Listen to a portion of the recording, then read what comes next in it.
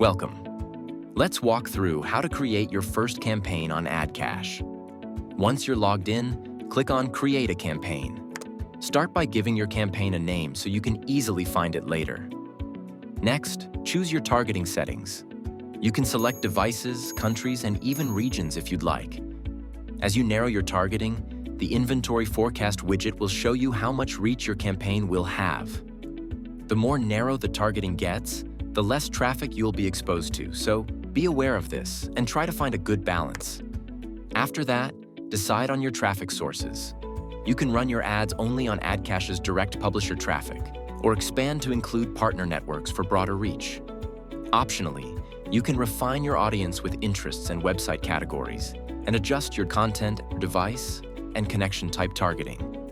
This lets you decide which devices, types of content, or internet connections you want to focus on. Now it's time to choose your ad format.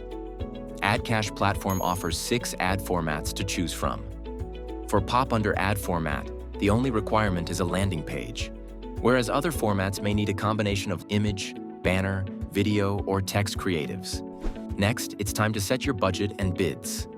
This step is all about deciding how you want to pay for traffic and how much you want to spend.